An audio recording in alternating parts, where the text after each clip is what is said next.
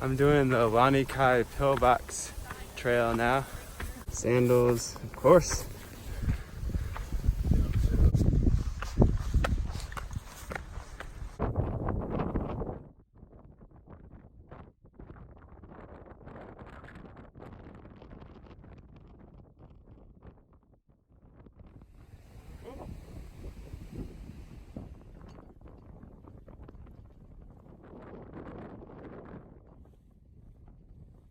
It's 7 p.m. I'm about to sail out of Kaneohe.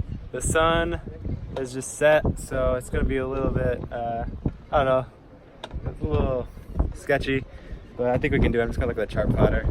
I'm also gonna tack out. It's pretty windy. We'll see how it goes. So far so good. We're doing about 6 knots. We're going upwind in a 600-foot wide channel with 4 on either side. I was able to tack my way out of the channel pretty easily. It was dark, but I just was following the chart plotter, so that went fine.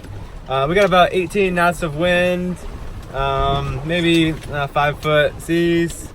They're both doing pretty well. It's definitely kind of pounding, a little bit rough, kind of wet in the cockpit, but nice and dry down here. So I'm gonna tack my way out, maybe 10 miles offshore, and then I'll turn down and I'm gonna hook around like Diamond Head over to Ala Wai I harbor. I call it head this time, so I know I have a slip. It's the same one I got last time. Yeah, so now that I'm kind of headed offshore, I'm gonna start kind of resting, and then I'll just kind of get up and poke my head out every once in a while. Let's see.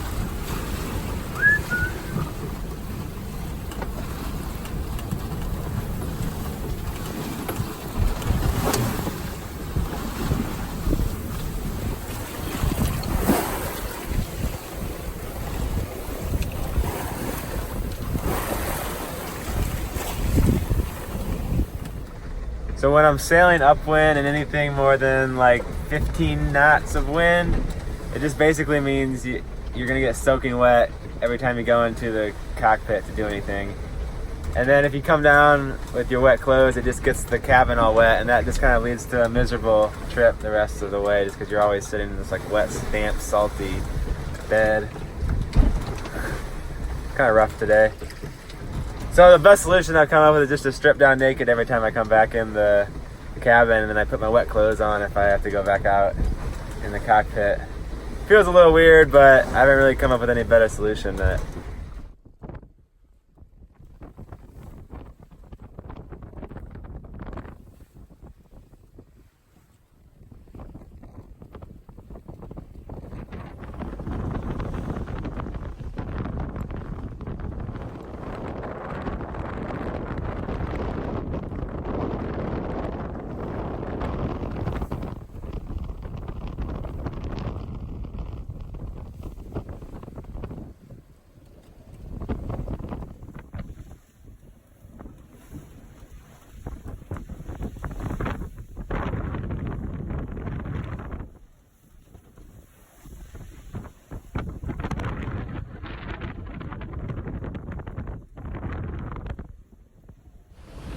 Winds have picked up to 25 knots.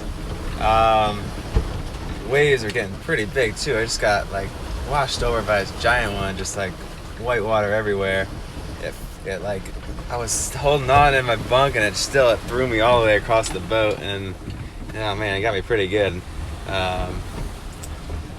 Luckily now we just got to the point where I can kind of start to turn downwind. We don't have to beat up into it so hard, but yeah, it's been pretty rough for the last couple hours. The sun's about to come up. Can finally see what we're doing. This is the easy part, going downwind. Going through a bit of a squall. The wind's picked up to about 40 miles an hour. It's kind of crazy, actually. I don't know what's going on.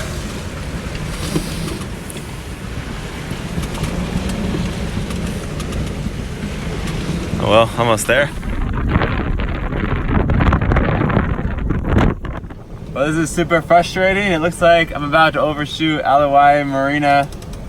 I guess I just kind of misjudged the wind direction, and I tacked back too late, and the current's just pulling us past it. We're gonna overshoot it by like 2 miles, and the wind and current's like, I think it's gonna be too strong to tack back up to it. So I don't know what I'm gonna do.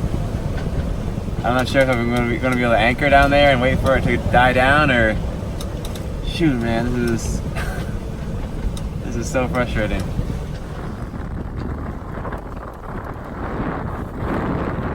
Eventually I got close enough to shore that I was kind of in the wind shadow of Diamond Head, and wind lightened up a little bit, so I was able to tack my way back up to Ala Wai.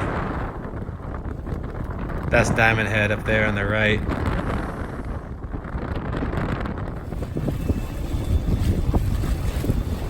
Alright, getting in the harbor now. These waves are looking massive.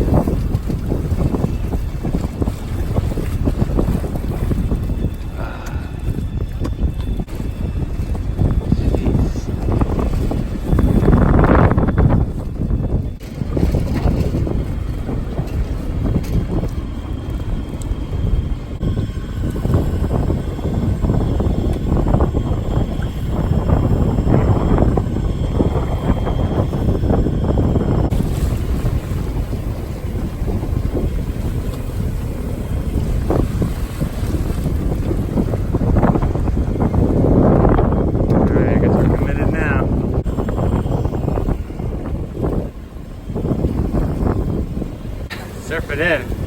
6 knots.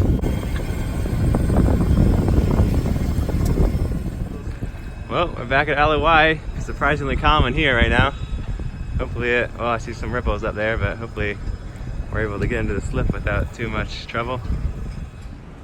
I found someone to buy Swedish Fish, so I've got to pack all my stuff off. Can't believe this all fit on here. All right, one last look around Swedish Fish. I got all my personal stuff off. I'm selling it to the new owners. This will be the last time I spend on this boat.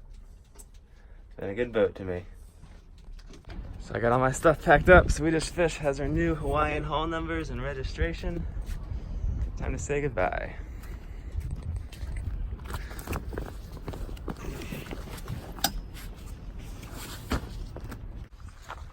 Lacey, what's this place called? What was the valley called? So this is called Manoa. Manoa. A-N-O-A.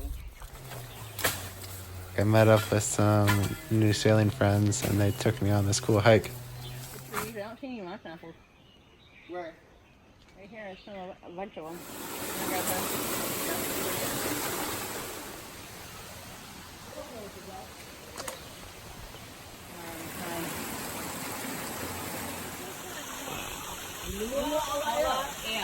Lua Ala Wai. But I'm actually not able to find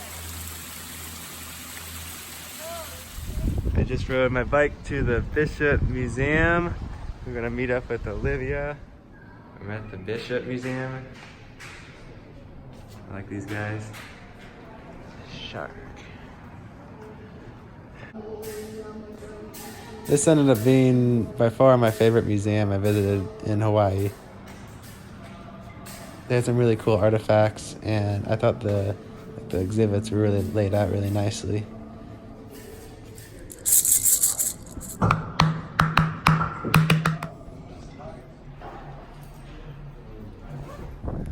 Then on a separate day, I hiked Cocoa Head and Diamond Head with my new solo sailing friend, Olivia. Keep an eye out for my next video where we sail her boat to Kauai and back. So I'm gonna hike all the head hikes in one day. Diamond Head and Cocoa Head, both of them. Same day. Now we're going through the tunnel at Diamond Head. And earlier I hiked up Cocoa Head over here. You can see it in the background. And we learned some interesting mythology along the way in the Uber ride. Cocoa Head,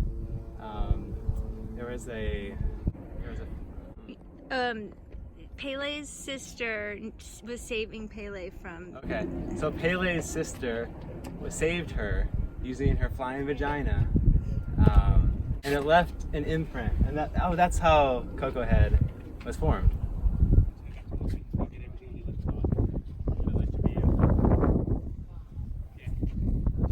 There's There's a fort right in the crater. Oh, watch out! We're exploring the fort now. Diamond Head Fort. There's much more fortification on Diamond Head. What? It's like a lighthouse.